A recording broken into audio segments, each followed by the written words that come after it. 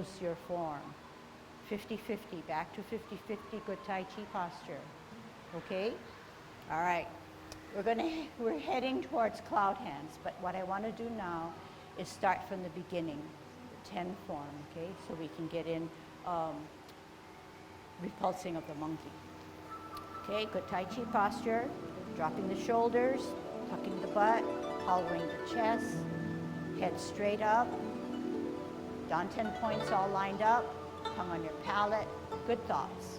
Commencing form, shift weight to the right, 60, 70, 80, 90, 100, 10, 20, 30, 40, 50. Hands rotate to the middle of the thighs. Take a deep breath in as you elevate. As you draw up that water at shoulder level, reverse the process. Tuck the elbows, drop the shoulders, flex the knees. Left hand stays in the center. Right hand rises up higher, glancing at it, opening the palms to the ceiling, bringing it to your ear. Turn your head and neck, meet in the center, push forward, pull back, repulse the monkey. Leave the right hand in the center, left hand up higher, open to the ceiling, bring it to the ear as you glance, turn the head and neck, meet the hands in the middle, push forward, pull back, repulse of the monkey 2. T-stance, we're going to set it up correctly in order to brush our knee. 3 things happen.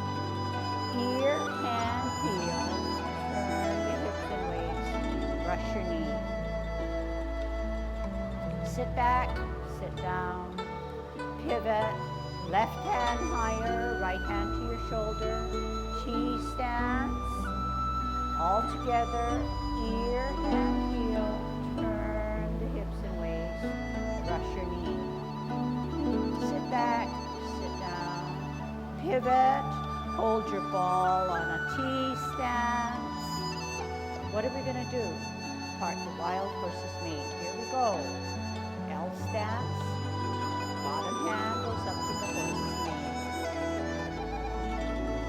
Sit back, sit down, pivot, hold your ball on a T-stance, no crossing of the hands. Step out on an L, right hand goes up the horse's mane. Flip that right hand so you no longer see the palm. Join it with the back hand so you can see the palm. We're in a new movement called cloud hands. You're in a bow step. You're going to sit back, sit down. You're going to pivot. The hands go to a stem and a cup at 12 o'clock. We want to get out to the 9 o'clock, so we're going to use the left heel to pivot out to 9. But 2 things happen. We flip the hands, we close the feet. 12 o'clock, stem cup. 3 o'clock, 2 things happen. Flip the hands, open the feet. 12 o'clock, stem cup. Use your hips and waist to get to 9. At 9 o'clock this time, we want to go the other way, so we only flip the hands. 12 o'clock, stem cup. Use your hips and waist to get to 3 o'clock, but 2 things happen. Flip the hands, close the feet. 12 o'clock, stem cup. 9 o'clock, 2 things happen. Flip the hands, open the feet. We need to get out of cloud hands, so at 3 o'clock, we only flip the hands. At 12 o'clock, we shift the weight to the left. We center ourselves and we come up as a golden cockle. Down, shift weight. Make Tai Chi symmetrical. We do the other side. Down, 50-50. We shift weight to the left. Right hand on the outside. Right foot coming up. Kick out. Right. Down, shift weight to the right. Left hand, left foot come up. Kick out, left. Holding our ball on a T-stance, we're going to grasp the bird's tail. First, ward off. Step out, bottom hand advances to push away your opponent. Turn the hips and waist, reposition your hands. grasp the bird's tail. Pull him down. Turn at your hips and waist contact. Turn again. Push the energy through. Separate and roll back and sit down. Spiral up. Balance. Roll. Sit back, sit down. Twist step. T stance. L stance. Ward off. Turn the hips and waist. Reposition your hands. Grasp the bird's tail. Look back. Contact. Turn again. Push out. Separate. Roll back. Sit down. Spiral up and out. Apparently closing. Sit back. Sit down. Twist. Open pivot. In pivot. Embrace the tiger, right hand on the inside. Shift that right foot over. Bring the tiger up by rotating on your wrists. Tiger is now facing you. Push him in. Push him out. Separate the hands. Drop the shoulders. Tuck the elbows. Flex your knees. Let gravity take you home as you now close your form. Okay, so good. Could follow, right? You're getting a sense of the sequences and how 10 form is 10 movements put together in a logical way. The transition steps help us to get into the new movement, okay? So when we broke each movement down and then learned how to transition into it, it seems like it will flow, okay? The troublesome spots are you're going to need to reinforce and practice and review. What I want to do now is go over cloud hands a little bit more. And so just a refresher, okay? So we learned that in cloud hands, it's a sideways motion, leading with the toe as if we were playing a piano using our fingers. But it's a very simple movement in that when one foot or one hand is down, the opposite hand or foot can then move. And we can see that it's logical because when we alternate, we have the safety net or the stability of the grounded substantial foot. And only the foot that has no weight can then advance. So every time we advance, it's to the side and our feet are always parallel. So it can never be leading with the heel. It could never be in an oblique position like this, but like this, okay, like this. We also said that if once we have our feet work or footwork laid down really well, then we could add hands. But we also remember that to float like clouds using your whole body, the best part of your body is to use your hips and waist. Once you decide that your hands are the most important part, you're losing the essence of Tai Chi. You're not really doing Tai Chi. Okay? So you understand me so far. So if you understand that premise in which the hands are going for the ride and the hips and waist are the drivers of your motion, you won't have to worry about where your hands are, okay? So remember what I said, and this is not only for cloud hands, but for everything, okay? In cloud hands, the hands are directed by the hips and waist. If I use my hips and waist and I position my hands where I need it to be, I won't have to worry. And maybe you say, well, because you're not even moving. But no, yes. When I get to the extreme and I'm going to feel like I'm going to topple, what do? I use safety. When I get out to this side, I feel like I'm going to fall, I have to move and open. When I want to go to the other side, I use my hips and waist, my hands go for the ride. If I don't move my hips and waist, it would not only look goofy, but I'm not using my body in the best way. But once I decide and understand the premise that my hips and waists help me, I hardly have to know anything about my hands. They come out to the extremities of the 3 and the 9. They need to pass through the 12 o'clock. It's because this guy is directing it, okay? Then we said, well, why don't we just put our hands like this? And yes, they do work like this too. But for Tai Chi, we need to refine something. So we say, we're reading the newspaper, and we have to turn the page, and we have to follow the top hand. We can't read the newspaper like this because it will fall, right? So the logic is the top line of the newspaper is where our fingers are appearing and where our glance is appearing. But however, the word or the print is not just there, it's out into infinity. So in all Tai Chi, you're looking in that direction, but you're looking way out into infinity, okay? So I thought about how much we had worked on cloud hands, and I know that it is a difficult movement. We talked about the feet being parallel. We talked about the hips helping us to drive our movements.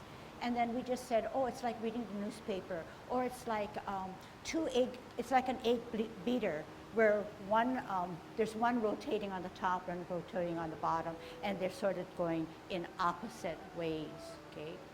But I thought about it, and that was a little bit of a cop-out, okay? So this is what I want to teach you. The top hand is always, the palm is always, you can always see the palm. The top hand, you can always see the palm. So let's say, left hand is the top hand. Bottom hand is the right hand. So what did I say? The top hand, you can always see the palm. Let's see, this is 2 o'clock, right? Because we're not in motion yet. So this is about 1 or 2. 12 o'clock, top hand can see the palm, bottom hand you cannot. But when they exchange places, the bottom hand comes up with the palm. Move the hips and waists, 12 o'clock.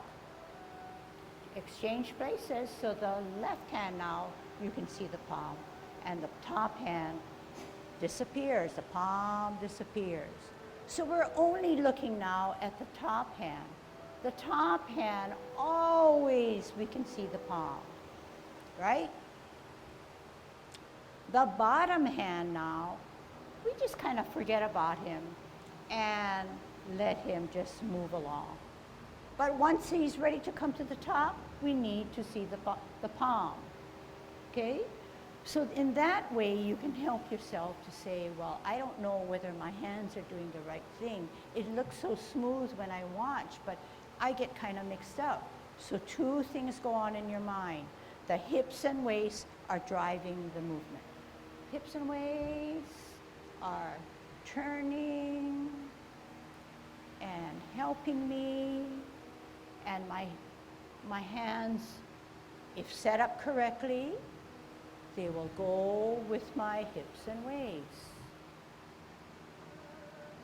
12 o'clock, I shift my weight, okay? So what is it, where is it that our hands have to be, and what is it that it has to trace? When you trace something, you use your hands to follow the borders of an image. This time the image is a what do they call it? A geometric design. It happens to be a ellipse.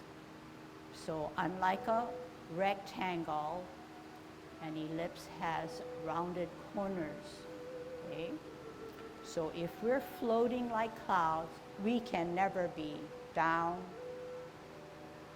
down, because clouds are not just formed that way, because it's not helping our Tai Chi. In Yang style Tai Chi, the primary characteristic is roundedness, circles, spirals, not so much abruptness and force and sharpness, okay?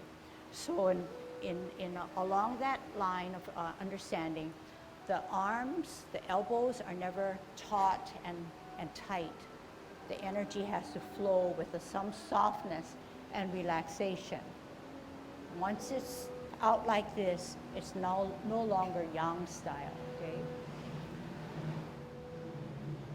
So we also talked about this morning about dropping your shoulders. So this is a good way to drop your shoulders and get relaxed, okay? So I know you're eager to try some of the elements that you heard me describe and saw me do and put it into cloud hands. So let's do that now, okay? To get into cloud hands, and we'll tackle two birds with one stone, is that we're on a T stance and we're parting the wild horse's mane for the last time on the right-hand side. Right foot is insubstantial, it's going to advance. Right hand is on the bottom because the bottom hand always advances. We can check ourselves to say, right hand on the bottom, right foot ready to go. So then the left hand goes on the top. We're holding our ball. I cannot stand this way because both feet have weight. I need to make the right foot an insubstantial weightless foot. Therefore, the left foot has to ground down and bear more weight. So that if you came here, you could lift this foot up, okay? So right hand on the bottom, left hand on the top, holding your ball, centering yourself. Rooting down on the left foot, we're going to part the wild horse's mane. T stance. Step out on an L. Turn the hips and waist, bottom hand advances to go up the horse's mane. Bow stance. Bow in the front, arrow in the back. Flip the forward hand so you no longer see the palm. Bring the left hand staggered so that you can see the palm, setting it up correctly. Cloud hands on a bow stance. Sit back, sit down. Pivot with your right heel. Turn your hips and waist. You get to 12 o'clock. 12 o'clock has a stem, and we said that at 12 o'clock, the bottom hand is in a cup position or holding a cup. So now you have 12 o'clock in a stem cup. We want to get out to the 9. We said that cloud hands, you don't use your hands, you use your hips and waist. So how can we do that? We pivot on our left heel to allow the movement of our hips and waist. There we are at 9, 10 or 9, right around there. But two things happen. We need to flip the hands so that the top hand goes to the bottom. The right hand now has the palm showing you, but we have to close our feet at the same time. Hips and waist take us to 12, stem and cup. Hips and waist take us to 1, 2, 3 o'clock. Two things happen. Change the hands, open the feet. 12 o'clock, stem cup. How am I getting there? Turn the hips and waist. One thing happens, only flip the hands. Turn the hips and waist to get to 12, stem and a cup. 3 o'clock, two things happen. Flip the hands, close the feet. Stem cup at 12. 9 o'clock, two things happen. Flip the hands, open the feet. Stem cup at 12. At 3 o'clock, we're only going to flip the hands. And at 12 o'clock, at a stem cup, we're going to shift the weight to the left, bring up our right foot, bring up our right hand, push down our left hand, golden cockerel. Shift weight to the right, push down the right, bring up the left, golden cockerel. Down, 50-50, gather the energy, shift the weight to the left, right hand on the outside, right foot coming up, kick out, right. Shift weight to the right, left hand on the outside, left foot coming up, kick out, left.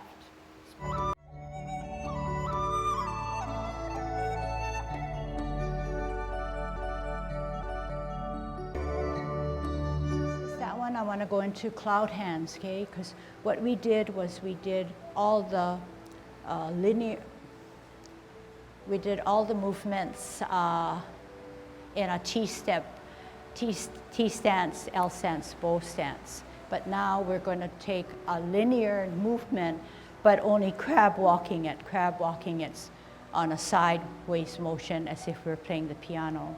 So refreshing your memory, cloud hands is like playing the piano where our feet are parallel to each other. We use the toes to lead the motion. Once this is grounded, the other foot can come up. Leading with a toe means that the toe will then start to initiate the movement of lifting off the ground. The toes start to then move it, okay? So it's not tricky, but it's sort of taken for granted or logical that if you move any foot, the other foot should be weighted. And here shows the exact premise of which we don't want to fall, or we are stable. When our right foot is stable, we can move the insubstantial foot.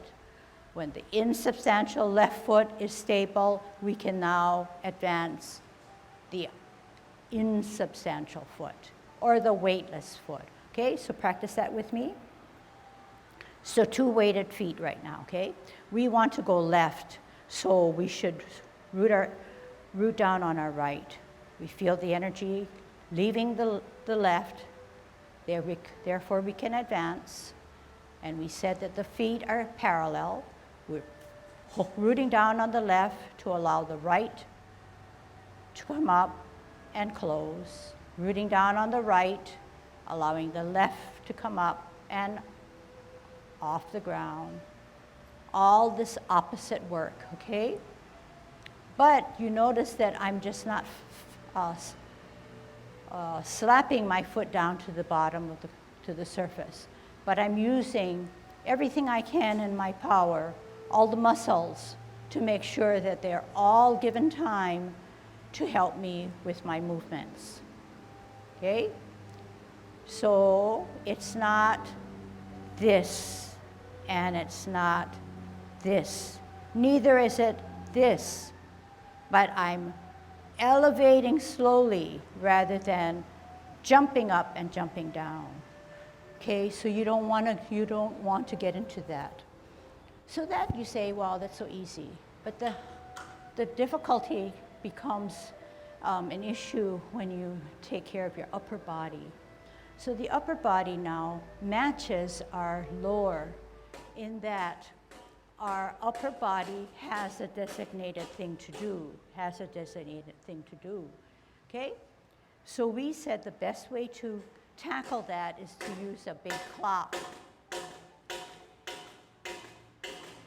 And when we see a big clock, rounded clock in front of us, we have the designated points of 12, 3, and 9 in which we do something. Usually 2 things at the extremes of 3 and 9, okay? So we said that 2 hands can never be in the same plane, but the bottom hand should be lower, and the top hand is not higher, but like this, staggered. And at the same time, the lower hand, you cannot see the palm. The left hand or the top hand, you can see the palm. And if we just stood here, we would address the 2 o'clock. Not so much the 3 o'clock because we're not in motion yet, right? But once we're in motion, we can get out to there. But since we're stable, maybe 1 or 2, we come this way, address the 12, and then 2 things happen, and we address the 9. We exchange places hand-wise. Watch how I exchange. Top hand comes down, bottom hand goes up. That's all it is. But it's not that easy. So we said it's just like reading the newspaper. You flip the page, you read the top of the line, you flip the page, you read the top of the line. 12 o'clock now you can't see, but this is what I do. What do I do? Slow it down. What do I do? Two things. There's a stem, there's a cup. There's a stem, there's a cup. Sometimes my hands run away from me and the stem and the cup are not directly there, but they should be nearly there. Okay? What am I using? Am I using my hands? I'm using my hands only because I'm using my waist, my hips. Watch.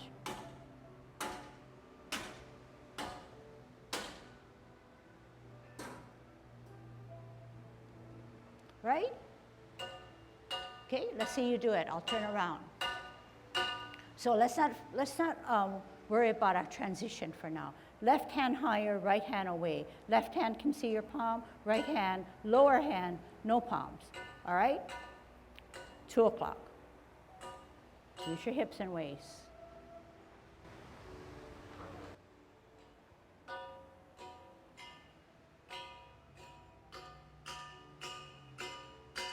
So you see that at the 3 and 9, we have to exchange the position of our hands.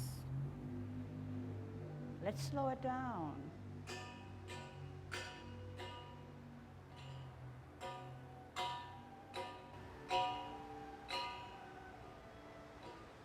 Are you using your hips and waist, or are you just doing your hand motion? Now let's look at 12 o'clock. What happens? Stem, get that cup there. Exchange. Stem, get that cup there. Stem, cup. Let's go slower.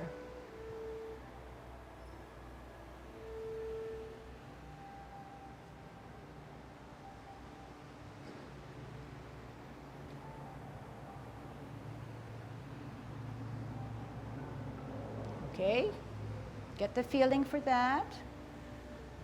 Any problems? So when we do this now in all Tai Chi, mostly all of Tai Chi, we have a perimeter in which we work. We don't want to bring it too far in or too far out. Obviously, if I do my cloud hands like this, I'm not in Tai Chi posture, so that's a given. It's going to be closer to me, but you don't want it so close where you can't work. Right here, if you do it too close, my shoulders feel stiff, my shoulders feel raised, I'm not flowing. So this distance, whatever this is, 15 inches, I don't know, 12 to 15 inches, something like this, but something that's comfortable, okay? Now, when we put our hands and our feet together, it helps both the hands and the feet. It's not something that we're going to learn separately and then just push it into that place. But everything will be conducive. The top will be enhancing the bottom and vice versa. How does it do that? Oops, I'm falling off. I need to close. Falling off. I need to open. So on and so forth, okay? But wait now, okay? Not that easy. So if we can go left or if we can go right, we can change the direction by holding there and favoring the side that you want to advance.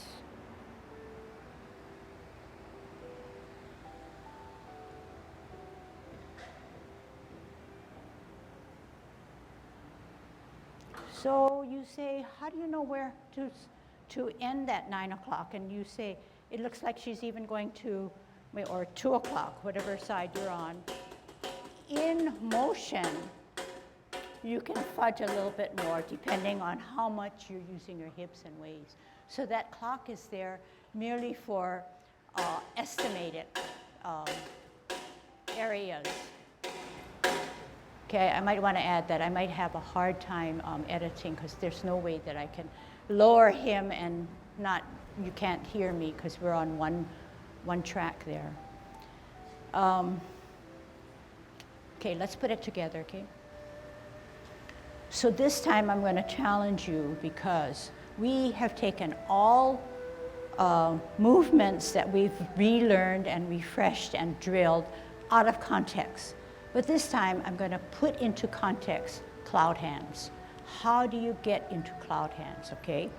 So to get into cloud hands, we need to part the wild horse's mane for the final time on the right hand side, okay? So here we go. T stance, right foot's ready to go, right hand on the bottom, left hand on the top. We're going to part the wild horse's mane. We're going to root down because we need that energy. T stance, L stance, bottom hand advances, part the wild horse's mane. Flip the forward hand so you no longer see the palm. Join it with the back hand so you can see the palm. These are our hands that are going to meet with the clock, okay? We're in a bow stance. Sit back, sit down. Pivot. What happens? We're coming to 12 o'clock. What should we have? A stem on the left, a cup on the bottom. We want to get out to the 9. We're going to pivot on our left heel. Pivot on the left heel. The hands went for the ride. We got to 9 o'clock. But 9 o'clock, usually 2 things happen. We're going to flip the hands and close the feet. 12 o'clock, stem and a cup. We want to get out to 3. What happens? Flip the hands, open the feet. 12 o'clock, stem, cup, turn the hips and waist. 9 o'clock, we only want to flip the hands. 12 o'clock, stem, cup, we want to go the other way. 3 o'clock, what? Flip the hands, close the feet. 12 o'clock, stem, cup. 2 things happen at 9. What? Flip hands, open. We want to get out of cloud hands. Therefore, at 3 o'clock, we only flip. We're coming to 12 with a stem and a cup, but we're going to shift the weight to the left and come up as a what? Golden cockerel.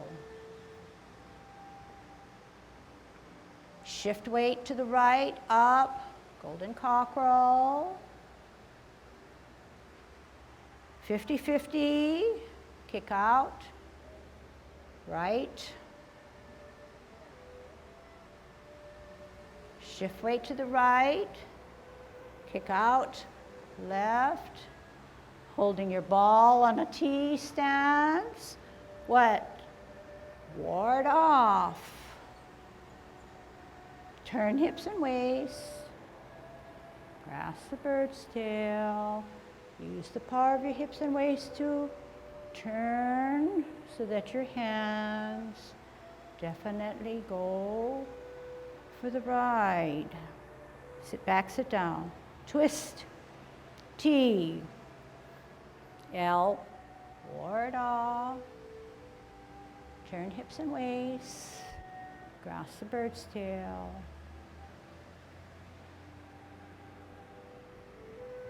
We're going to bring it to closure.